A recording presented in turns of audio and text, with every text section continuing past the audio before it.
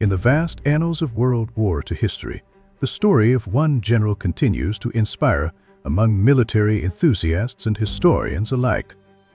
He was the only American general in World War II who completed for real world combat jumps not once, not twice, but 4 times. Every time they jumped, he was always the first one out of the aircraft, setting an example for his men with his actions. Even more admirable, he refused to carry an officer's carbine, choosing instead to carry an M1 Garand rifle, just like the ordinary soldiers. This was James Gavin, a legendary figure who rose from an orphan in a coal mining town to commander of America's most elite Airborne Division. On March 22nd, 1907, James Gavin was born in Brooklyn, New York. His birth certificate had his middle name scribbled as Nellie Ryan, as if hinting at a past someone wanted to keep hidden. His mother was likely an Irish immigrant named Catherine Ryan, while his father's identity remained a mystery. Records were deliberately blurred, as if trying to erase this child's origins entirely. Just 2 years later, his parents either both died or heartlessly abandoned him, leaving young Gav in an orphan. In 1909, he was sent to Brooklyn's Sicily Women's and Children's Hospital, where he spent his earliest years. Fate intervened in Mount Carmel, Pennsylvania, where an Irish immigrant couple, Martin Gavin and Mary Gavin, decided to adopt this unwanted child. Martin was a coal miner, nearly illiterate, but he supported his family with his rough, calloused hands. Little Gavin grew up in the coal mining town, surrounded by endless mines and hard-working miners, an environment that forged his indomitable character. However, at the age of 14, he made a life-changing decision. He dropped out of school. This decision came not from a dislike of learning, but from a thirst for the unknown, an urge to escape the fate that seemed predetermined for him in the coal mining town. He wanted something more, something bigger than the mines and the hard-scrabble life of Mount Carmel. So one day, with nothing but the clothes on his back and a few dollars in his pocket, he ran away from home. He hitched rides on trains, wandered from town to town, working odd jobs wherever he could find them. It was a hard life, but it taught him self-reliance, resourcefulness, and how to read people, skills that would serve him well in the years to come. Eventually, he found his way to the United States Army, where he saw an opportunity to make something of himself. At the age of 17, Gavin left home without hesitation and began his adventurous journey. He wandered everywhere, doing all kinds of odd jobs, struggling at the very bottom of society. In those difficult days, books became his only comfort. He would often sneak into the bathroom at 4:30 in the morning, studying by the faint light, greedily absorbing all the knowledge he could find. It was under such difficult conditions that he accumulated a solid foundation in military theory, laying a solid foundation for his brilliant military career in the future.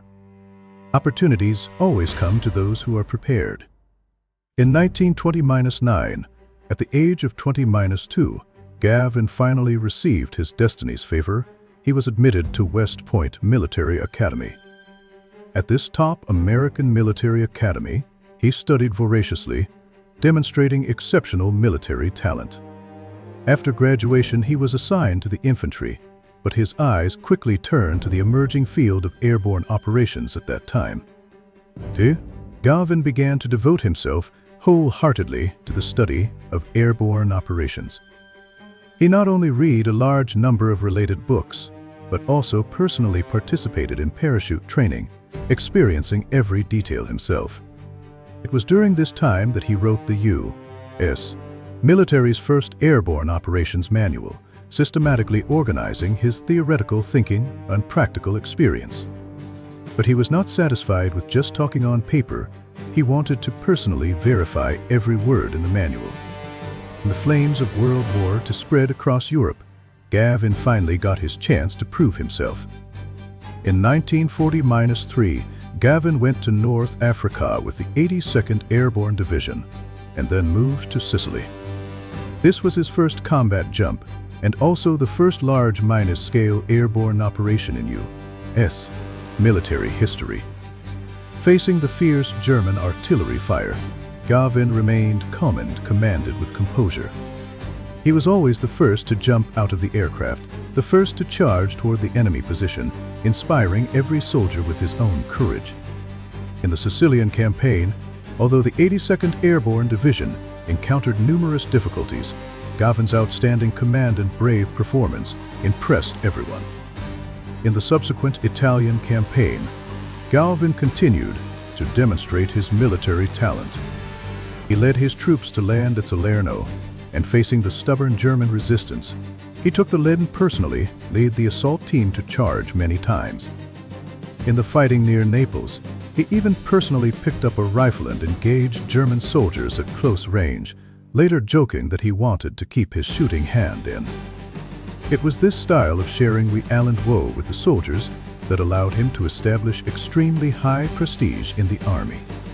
On June 6, 1940-4, the -A, the largest amphibious landing operation in human history, began. As the deputy commander of the 82nd Airborne Division, Gavin once again took the lead in parachuting deep behind enemy lines. In German-occupied territory, he commanded his troops to seize key bridges, destroy German artillery positions, and open a path for the landing forces. In the fierce fighting, he was wounded many times, but always refused to leave the front line with minor injuries and continued to command operations. After the Normandy campaign, the fame of the 82nd Airborne Division spread throughout the entire European battlefield. However, what truly made Gavin a legend was Operation Market Garden. On September 17, 1940-4, the Allies launched this bold airborne operation, attempting to seize key bridges in the Netherlands in one fell swoop, cross the Rhine River, and strike directly into Germany itself. Gavin had now been promoted to commander of the 82nd Airborne Division. This was his first battle as division commander, and also the most controversial battle of his military career. The 82nd Division was assigned the most complex tasks, easing the Grave Bridge, the Canal Bridge, the Nijmegen Bridge, and controlling the Groesbeek Heights to repel German counterattacks from the eastern forest. These four objectives were scattered within a range of several miles, and each one was crucial. On September 17, 1940-4, Gavin completed his fourth combat jump. However, when he landed, he unfortunately fractured two vertebrae in his spine. Severe pain struck, but he chose to hide his injury, not reporting it for 2 whole months, commanding the entire campaign while injured. What kind of willpower this was! The Grave Bridge and the Canal Bridge were captured intact that same day, and the Groesbeek Heights were also under control, but the Nijmegen Bridge failed to be taken on the first day. This decision would accompany Gavin for his entire life. To be fair, Gavin's decision at the time to prioritize holding the heights rather than rushing the bridge was based on intelligence, indicating that there could be thousands of German tanks in the Rhine forest. The heights overlooked the entire area. If lost, everything would be lost, and furthermore, the drop zone for reinforcements the next day must be secured. Otherwise, they would fall into a desperate situation with no ammunition and no food. Even Lieutenant General Browning, the commander of the Airborne Corps, also listed the heights as a priority, with the bridge ranked last. The threat did appear on September 18th. German forces counter-attacked the drop zone, and the 508th Regiment barely managed to recapture it. But critics also had their arguments. Gavin himself later expressed regret to his colleagues, saying that at the time he should have sent the veteran 504th Regiment rather than the 508th Regiment to attack the bridge. In my view, Gavin made an understandable but imperfect decision under incomplete information and multiple pressures. Browning's orders constrained him. The threat to the drop zone confirmed his concerns, but the delay at Nijmegen did pay an irreparable price in time. However, Operation Market Garden itself was a bad plan to begin with, and Gavin had already done his best. And his men then accomplished one of the most extraordinary, heroic actions of the entire war.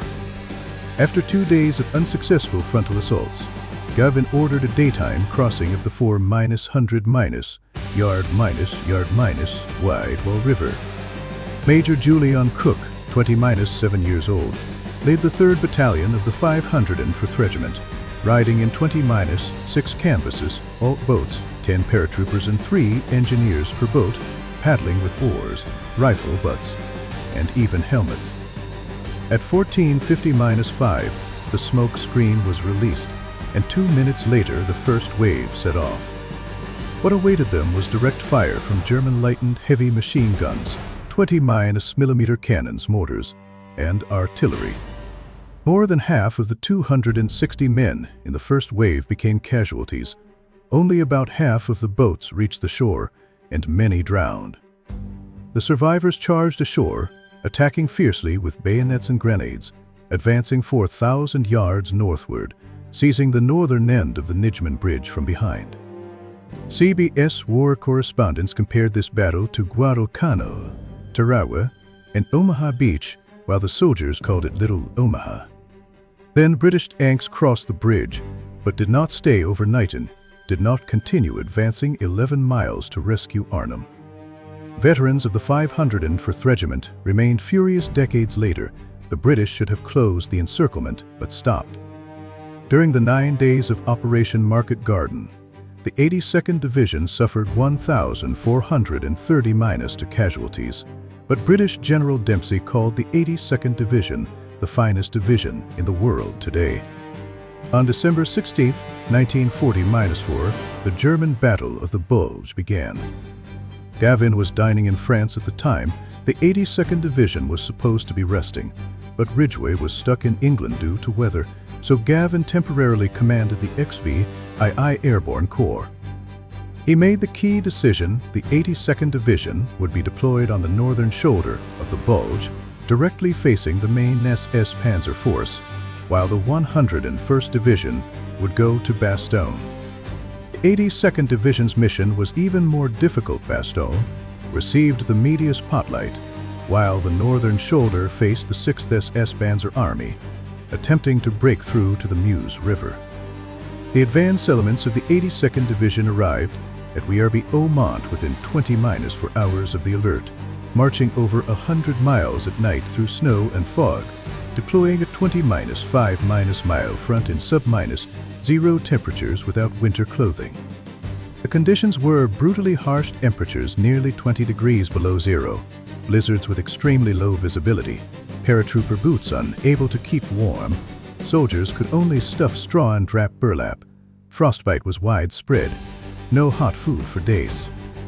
The troops had just finished 2 months of continuous combat in Holland, had not returned home since departing in 1940-3, fought from Sicily, Italy, Normandy, Holland to the Ardennes, still wearing summer uniforms, no overcoats, no overshoes, no snow camouflage. Key battles included close-quarters street fighting in Chevermont, holding to Monton the 8-1,000-yard line, covering Street, Vith as a hub for armored forces to retreat. At Toumont, the 82nd Division held off repeated attacks by the 1st SS Panzer Division for several days, the very unit that had committed the Malmedy and Toumont massacres just days earlier. Paratroopers knew exactly who their opponent was and fought with no mercy.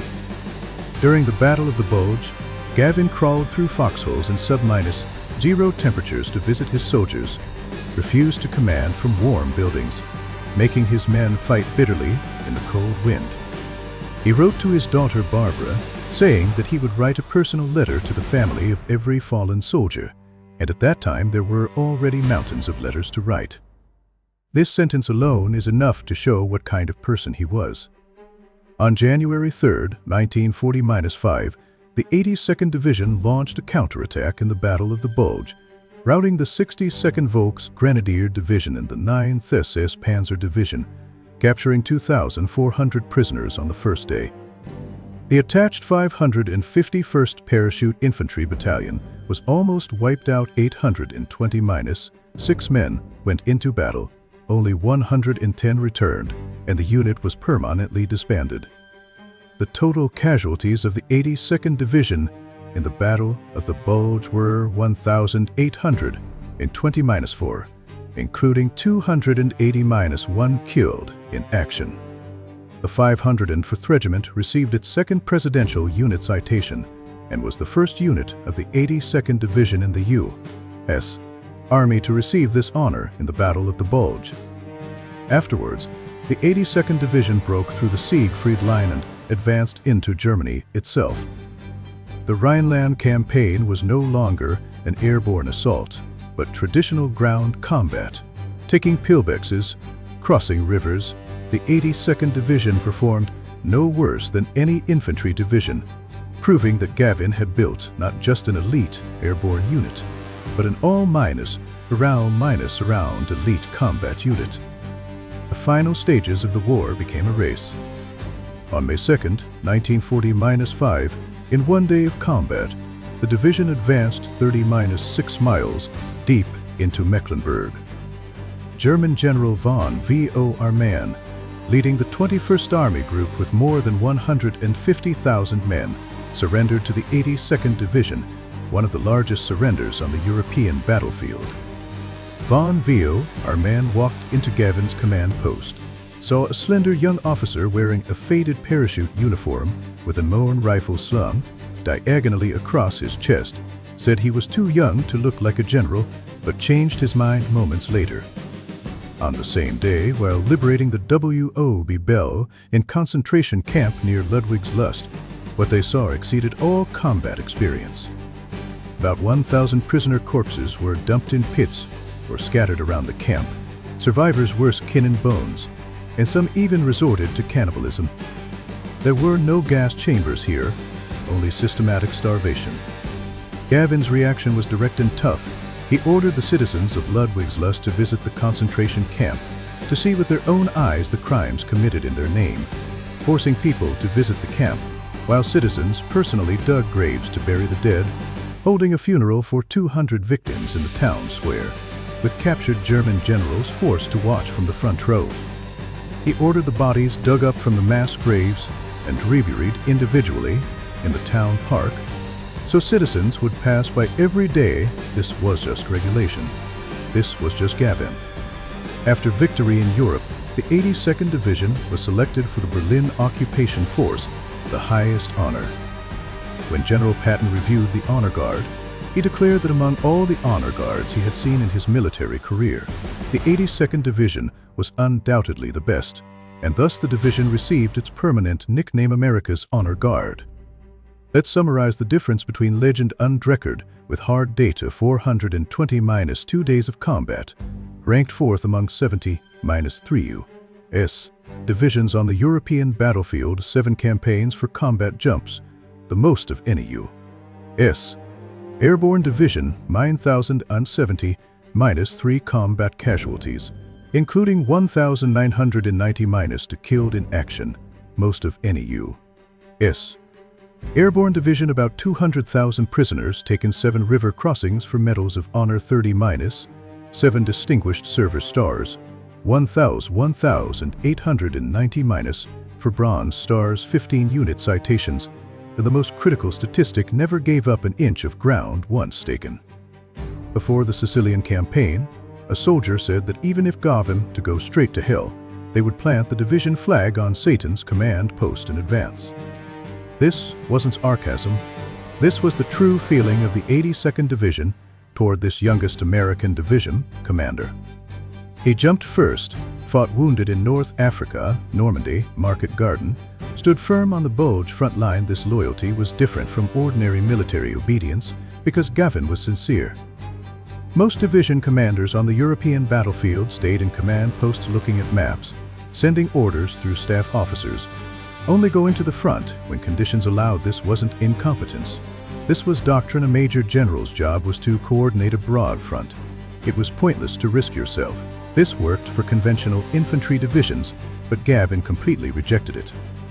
His philosophy was clearly written in his works: the commander must be where the crisis is, personally present, weapon in hand.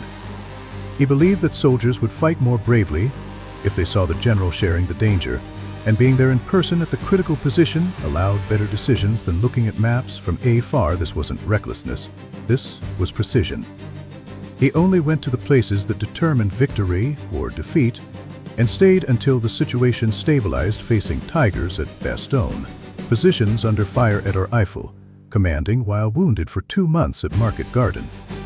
He was wounded many times, but never reported minor injuries. He carried a rifle not just as a symbol, but actually used it during the Netherlands campaign. He jumped into a foxhole and fired at the Germans, saying he wanted to keep his shooting hand in during the Bulge. He personally directed fire from an extremely exposed position. His adjutant begged him to leave, but he didn't move. This was the soul of the 82nd Division. Gavin didn't just train tough men, he built a culture. Leadership meant leading by example.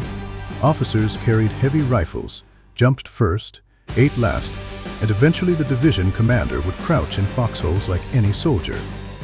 There's one more thing worth remembering.